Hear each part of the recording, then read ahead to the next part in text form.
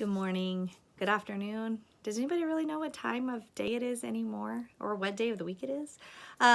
So it's Sunday afternoon, actually, to tell you the honest truth, that it's about 2 o'clock here at my house. And on Sundays, oftentimes, I take a minute and try to look ahead of what the week will hold for not just our family here at home, but also our school family and my classroom. And so now that you and I are partnering together to educate our kids, I wanted to let you in a little bit on the planning for this week. Thank you to all of you who came and picked up packets on Friday night. I am happy to report that when I went back in the evening, every single packet from our classroom was gone. And so that warmed my heart that you were able to come and get that information to proceed with schooling for another week, or really another 2 weeks. So I'm only going to give you week 2 today, and the next Sunday I'll give you kind of week 3 so that it feels a little bit more digestible. So the other thing, if you've opened that packet already, you'll notice that I kind of grouped information differently this week. And some of that is because I got some really great feedback from you last week of it felt like a lot of seat work, and it felt like just a lot of work, and it was hard to find a rhythm, and doing multiple kids worth of homeschool that's not really true homeschool curriculum, but trying to maintain what classrooms look like was a bit of a challenge. And so I've adjusted kindergarten a little bit with the hope that you can modify for what your kiddo needs. And so in doing that, I put together a list of week 2 goals. And I've taken a picture of this and I will send it to you as well so that you can use it as reference all week long. But they're basically just things that we are learning or reinforcing this week so that by Friday you can interact with your child and confidently say, yes, my child can do this thing or do these things.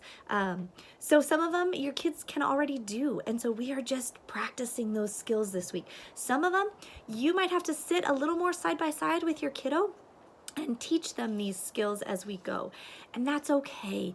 Again, it's what your kids need and meeting the needs of your kids, and maybe even meeting the needs of your family in that day.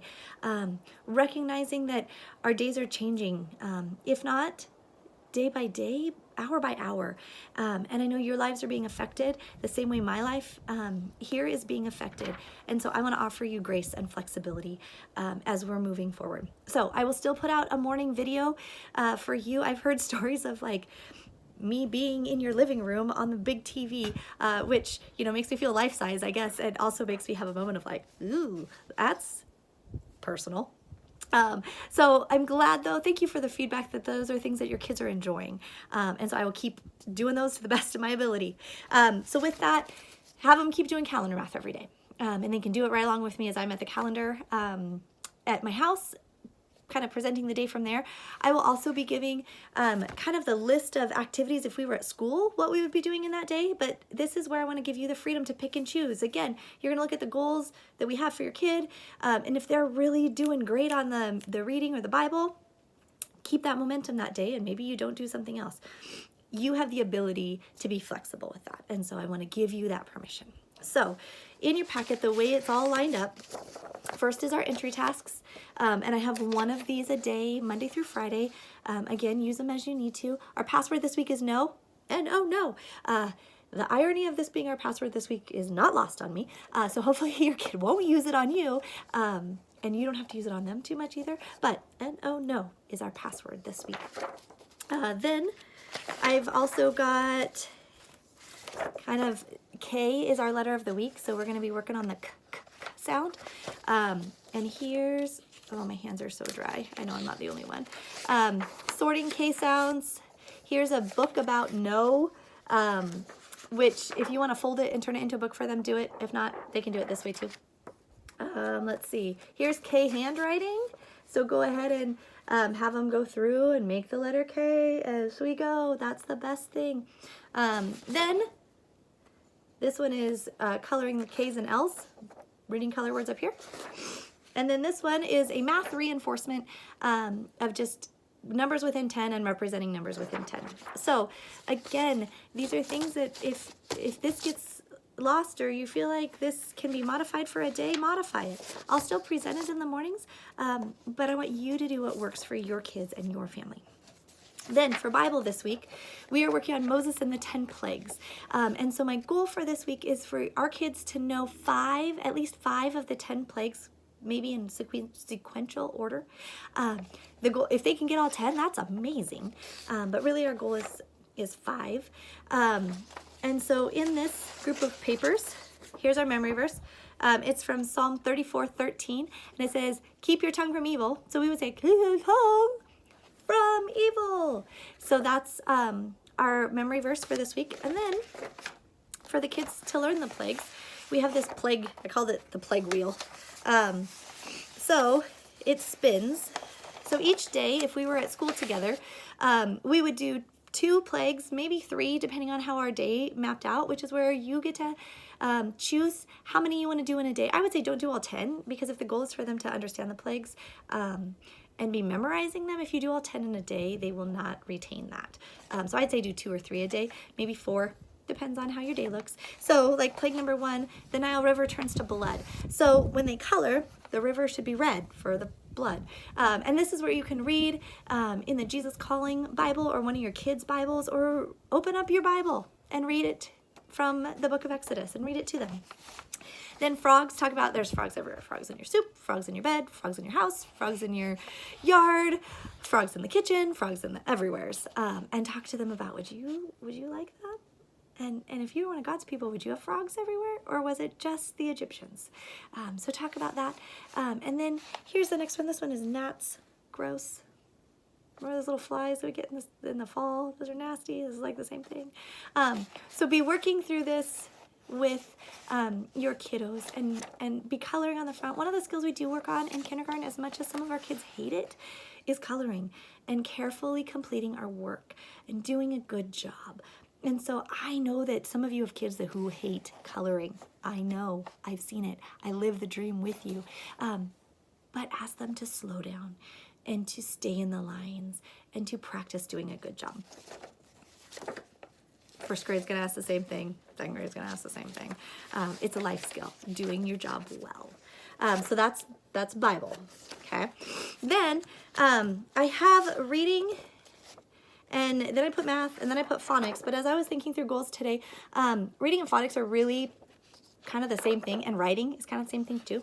So here's what I've got for reading. And on here, I've got kind of bare bones for you of how to support your kid every week. If life goes crazy, stick to this. But inside, I've got other activities for you that I will be presenting, like I said, every morning.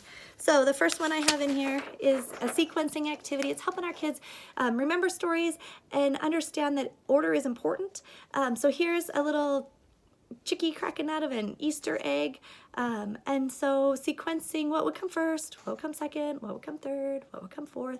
And then as they're reading stories, be asking them those same questions. What happened first? What happened in the middle? What happened at the end? To help them with their reading comprehension and understanding sequencing. Then there's a paper book. It's called The City. They are very familiar with these paper books. They're going to go through and they're going to highlight the passwords that they know, and then they're going to read it. And so what you could then do is ask, where did they go? Who do you think is telling the story? What did they see in the city? To check for their comprehension. This is just an alternate to being online on Rouse Kids. So I wanted to give you this as an option this week too. Then, here is alphabetizing. This would be done in one of our reading groups if we were at school together.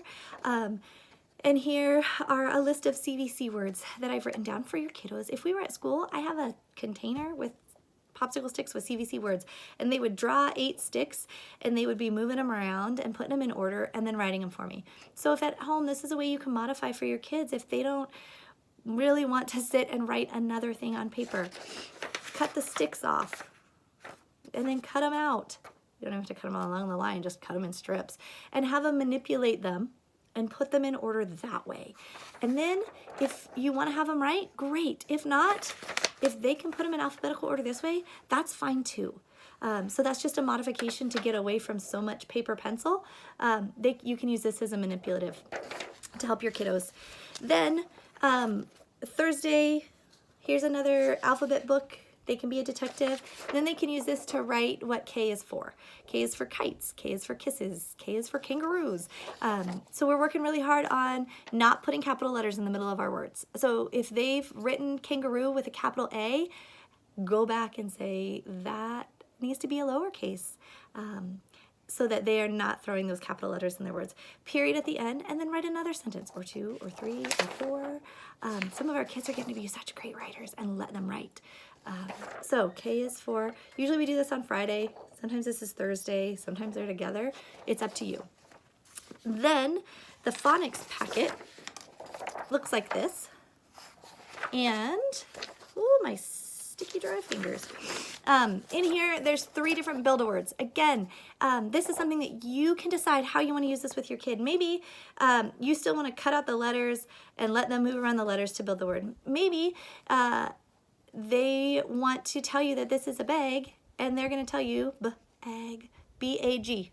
And you're going to write it down because they're still identifying the sounds of the word, but it takes away the paper pencil to it. And that's an okay thing to do. So in this packet, there's that one, and then I've got 2 more at the back end.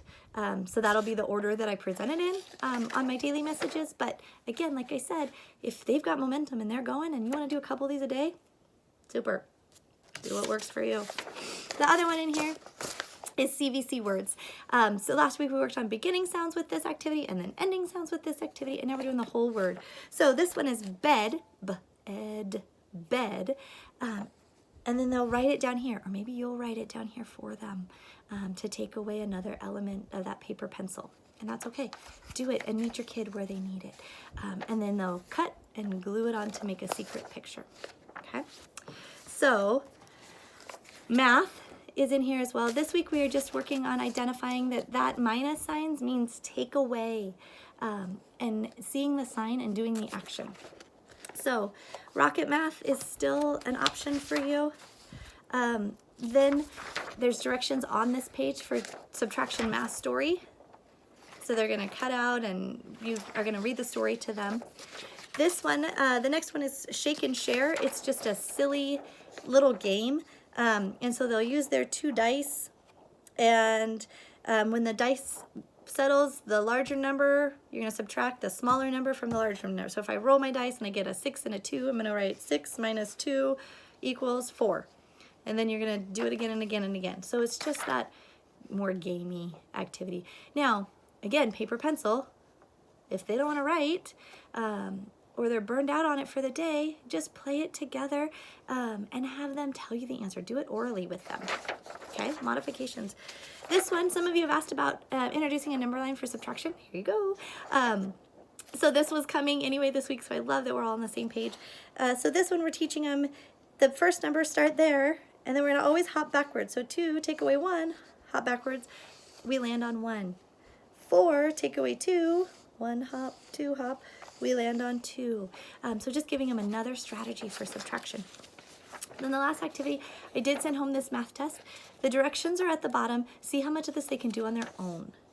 And it will give you a great check of what they know and then what you can help support them with. So call if you have questions. Okay? Science this week, do science at your home. Do what feels good to you. Go for a walk, look at the stars, bake some cookies, help them make dinner, read about an animal that they love. Okay? Science is a little more flexible. I did give you one of our magazines if you need a place to start.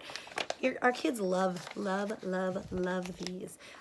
So look through the pictures and use this how you want to use it. The last thing I gave you is some extras.